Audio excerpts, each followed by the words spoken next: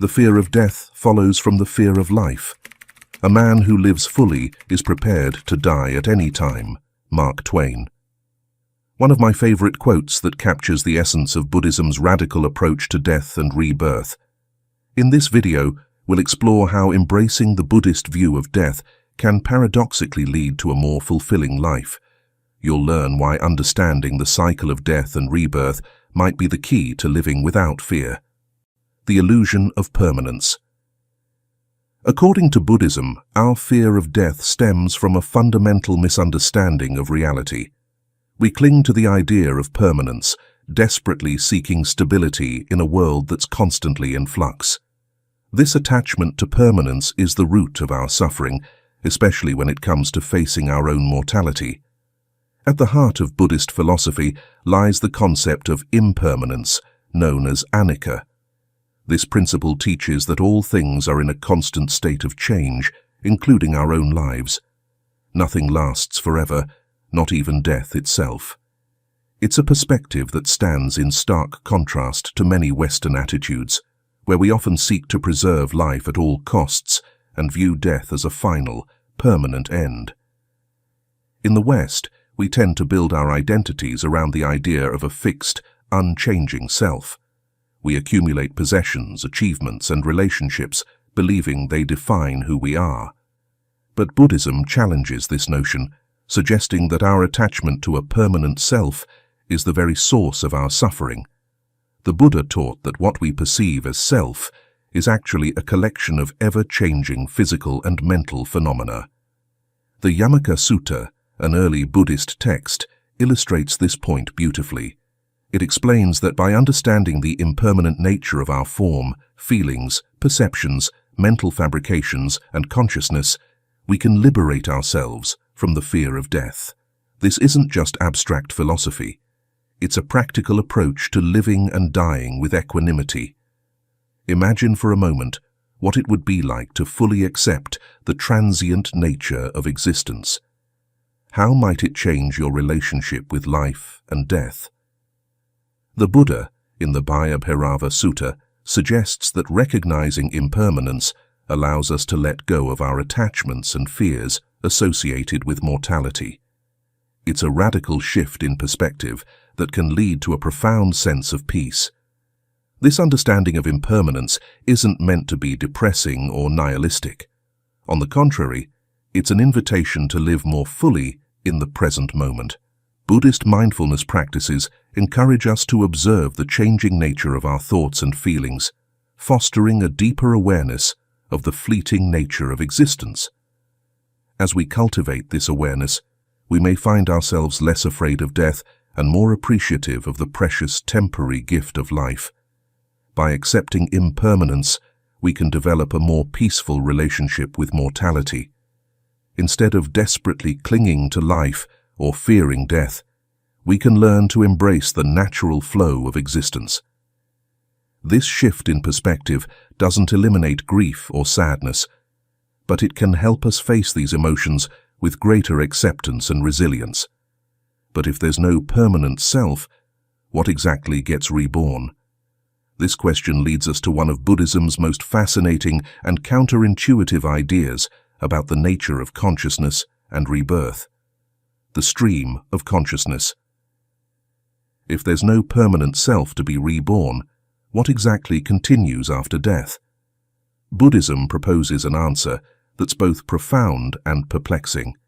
It suggests that while nothing permanent passes from one life to the next, something does carry on, and understanding this process could revolutionize how we view our own existence. Buddhism presents a radical concept. There is no unchanging soul, yet something persists beyond death.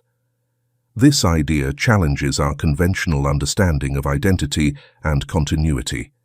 To grasp this paradox, we need to explore the Buddhist view of consciousness as a constantly changing stream. Imagine consciousness as a river, flowing ceaselessly from moment to moment. Each instant is connected to the next, yet no single drop of water remains the same. This metaphor illustrates the Buddhist concept of consciousness as a causal series of mental events rather than a fixed entity. But how can rebirth occur without a permanent self or soul to transmigrate? Early Buddhist texts, like the Mahakamavibhanga Sutta, provide insight into this question. They describe how the actions of sentient beings lead to new existences after death, emphasizing the causal relationship between actions, karma, and rebirth. This process doesn't require a permanent self. Instead, it relies on the continuity of consciousness as a carrier of karmic imprints. Different Buddhist schools have debated the exact nature of what is reborn. Some traditions assert that vijnana, consciousness, exists as a continuum that undergoes rebirth. Others, like the Theravada school, argue that nothing transmigrates. Rather, there's a causal link akin to a seal leaving an impression on wax. The Theravada concept of a birth-linking consciousness, patisandhi citta, describes the first moment of consciousness in a new life, conditioned by the previous life, but not implying a permanent self-traveling between lives. To further illustrate this concept, Buddhist teachings often use the analogy of fire. Just as a flame can ignite another flame without any tangible substance passing between them, consciousness can transition from one life to another. The early texts indicate that while consciousness cannot exist without a physical body, it can jump from one body to another, much like a spark leaping between flames. This understanding of consciousness as a dynamic, ever-changing process rather than a fixed entity opens up intriguing possibilities. It suggests that our current actions and experiences shape not only our present consciousness, but also influence its future manifestations. This perspective aligns with the Buddhist view of karma and its effects across lifetimes. As we delve deeper into this concept, we begin to see how consciousness might act as a carrier of karmic imprints between lives. But this raises another compelling question. How does this process of rebirth actually unfold? To answer this, we need to explore the intricate workings of karma and the cycle of existence known as samsara, the wheel of becoming. What if your next life depended on the actions you take today? According to Buddhist teachings, that's exactly how the universe operates. The wheel of becoming, or samsara, spins endlessly, propelled by the karma we generate. But how does this cosmic mechanism work? And more importantly, is there a way to step off this relentless carousel of rebirth? In Buddhism, death is not the final curtain, but rather a transition point in an ongoing cycle of existence. This cycle, known as samsara, encompasses 6 distinct realms of rebirth, each offering unique experiences and challenges. From the celestial heights of the God realm to the tortuous depths of hell, these realms represent the vast spectrum of possible existences. The realm of gods, while seemingly idyllic, is not without its pitfalls. These beings enjoy long lifespans and immense pleasure, but even they are not immune to the impermanence that governs all of existence. Once their good karma is exhausted, they too must face rebirth in lower realms.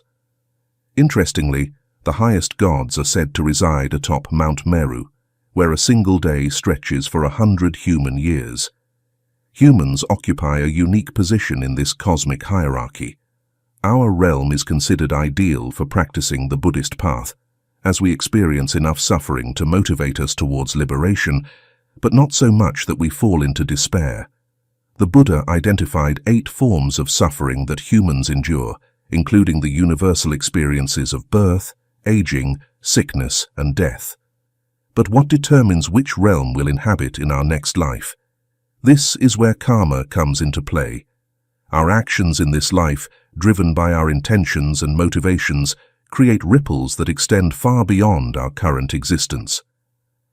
Good actions, kusala karma, pave the way for rebirth in more favorable realms, while harmful actions, akusala karma, can lead to less fortunate circumstances. The intricacies of this process are explained through the concept of the 12 links of dependent origination. This teaching illustrates how ignorance leads to actions that create karma, which in turn influences rebirth. It's a complex cycle that continues until one attains enlightenment and breaks free from samsara altogether. Understanding the wheel of becoming isn't just an intellectual exercise. It has profound implications for how we live our lives. By recognizing that our current actions shape our future existences, we're motivated to live more ethically and mindfully. Every choice we make, every intention we harbor, becomes a seed planted for our future selves. But as we contemplate this endless cycle of death and rebirth, a new question arises. Is this just another form of eternal life? Or is there a way to transcend the wheel of becoming entirely? To answer this, we must explore the ultimate goal of Buddhist practice, the attainment of nirvana and the cessation of rebirth itself.